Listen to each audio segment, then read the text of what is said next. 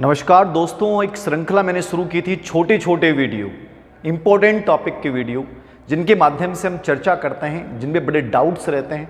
आज एक छोटे से बिंदु की चर्चा करूंगा, डिटेल्ड में नहीं करूंगा, याद रखना। डिटेल्ड में चर्चा जो है वो वैसे ऑनलाइन डिटेल्ड कोर्स जब डालूंगा उसमें करूंगा। अब केवल एग्जाम्स आ चुकी है और एग्जाम जब आती है तो बहुत सारे छोटे छोटे कन्फ्यूजन, इतने डाउट क्लियर कर देते हैं, बच्चे को डाउटफुल बना देते हैं कि बच्चों को लगता है सर अब क्या होगा क्या नहीं होगा।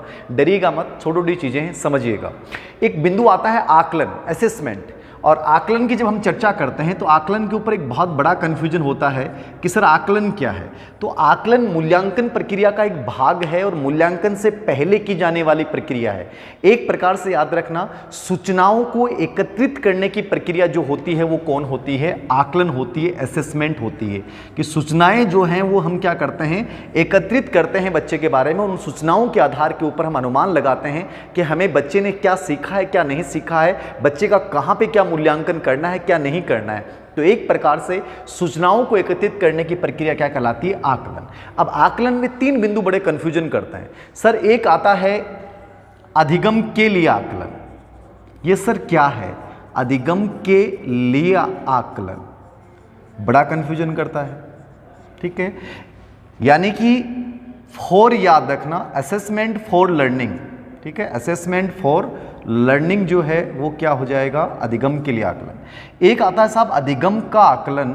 ये भी बड़ा कंफ्यूजन करता है कि सर अधिगम का आकलन क्या है।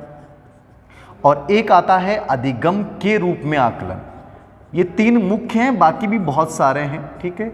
एज लर्निंग, ऑफ लर्निंग, ठीक है।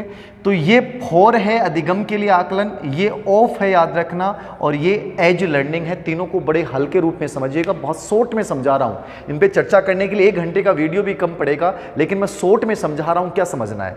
अधिगम के लिए आकलन यानी असेसमेंट फॉर लर्निंग जब बात करेंगे अपन, किसकी बात करेंगे? फॉर लर्निंग जब अपन बात करेंगे, ठीक है। Assessment for learning,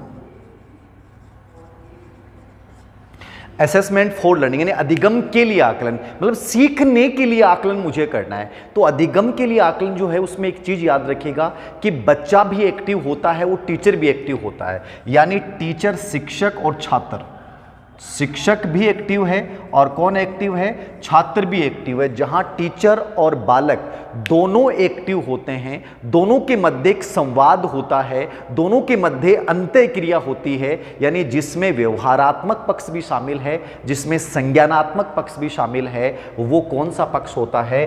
assessment for learning. एक प्रश्न आया सीटेट में, एक महिला टीचर है क्रिस्टीना, वो बच्चों को घुमाने लेके जाती है, भ्रमण पे लेके जाती है, और वो भ्रमण से आते वक्त और बच्चों के साथ चर्चा करती है, हमने क्या सीखा, कैसे सीखा। तो भ्रमण से आते वक्त चर्चा कर रही है, भ्रमण खत्म नहीं हुआ अभी, भ्रमण खत्म नहीं हुआ है। तो कौन सा लर्निंग है? वो अधिगम के लिए आकलन है। यानी जहां अपन बच्चे के साथ अंतः क्रिया करेंगे, बच्चे भी एक्टिव हैं, टीचर भी एक्टिव है, और दोनों के मध्य अंतः क्रिया हो रही है और वो प्रक्रिया पूरी समाप्त नहीं हुई है, वो आकलन कौन सा होता है? अधिगम के लिए आकलन। तो अधिगम के आकलन में आपको ये समझना है, अधिगम के लिए आकलन में असेसमेंट फॉर लर्निंग में ये समझना है कि दोनों ही एक्टिव होंगे, और ये उस सीखने सिखाने की प्रक्रिया के दौरान, यानी इसका जो स्वरूप होता है वो क्या होता है? रचनात्मक होता है। क्या होता है? रचनात्मक स्वरूप होगा अधिगम के लिए आकलन। इसका स्वरूप निदानात्मक भी होता है, रचनात्मक भी होता है। वो कौन सा लर्निंग होता है? Assessment for learning.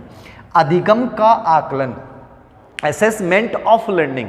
अधिगम का आकलन में सिर्फ सिंपल सी बात समझनी है कि कोई कार्य की समाप्ति के ऊपर, यानी एक प्रकार से जो समेटिव असेसमेंट होता है, योगात्मक जो मूल्यांकन होता है, वो अधिगम का आकलन होता है। कि मैंने कोई कार्य किया और कार्य की समाप्ति हो गई, और समाप्ति के बाद जो मैं बच्चे को ग्रेड प्रदान करूंगा, मैं बच्चे को जो अंक प्रदान करूंगा, या बच्चे को जो ग्रेड प्रदान करूंगा, या मैं कोई डिसीजन लूंगा, निर्णय प्रदान करूंगा, वो मूल्यांकन कौन सा हो जाएगा? अधिगम का आकलन। कार्य समाप्त हो चुका है और समाप्त होने के बाद मुझे बच्चे के बारे में डिसीजन देना है कि इस बच्चे को कितने नंबर प्राप्त हुए, कौन सी ग्रेड प्राप्त हुई, कितने अंक प्राप्त हुए, वो आकलन कौन सा हो जाएगा? अधिगम का आकलन। मतलब योगात्मक मूल्यांकन अधिगम का आकलन है, जो कार्य की समाप्ति पे किया जाता है। एक प्रकार से व्यवहारवादी अवधारणा है। कौन सी अवधारणा है? व्यवहारवादी। यहाँ एक्टिव कौन है? टीचर एक्टिव है। कौन एक्टिव है?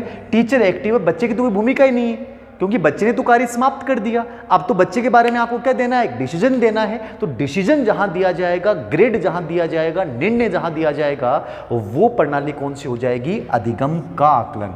बहुत चर्चाएं कर सकता हूं लेकिन शॉर्ट में, अधिगम के रूप में आकलन, assessment as learning. Assessment as learning का मतलब होता है स्वयं के रूप में किया जाने वाला आकलन, मुझे मेरा ही आकलन करना है, यानी कि अधिगम के रूप में आकलन। ऐसे प्रश्न कई बार आपके सामने आएंगे। एक बावर्ची खाना बनाता है और खाना बनाते समय वो खाने को चखता है और देखता है कि खाना सही बना कि नहीं बना। ये कौन सा आकलन हो जाएगा, अधिगम के रूप में आकलन। मुझे मेरा करना है, स्वयं का स्वयं के द्वारा करना है, वो अधिगम के रूप में आकलन होगा। और कार्य की समाप्ति पे जो होगा वो अधिगम का आकलन होगा। और अधिगम के लिए आकलन में क्या होगा, शिक्षक और छात्र दोनों में अंतर क्रिया होती है। ये सबसे बेस्ट आकलन होता है, जो रचनात्मक भी होता है, निदानात्मक भी होता है। ये एक प्रकार से योगात्मक मूल्यांकन होता है और अधिगम के रूप में एज लर्निंग में आपको अपना ही मूल्यांकन करना है। उम्मीद करता हूँ एक छोटे से वीडियो के माध्यम से चीज़ें तीनों आपके समझ में आई होंगी। धन्यवाद।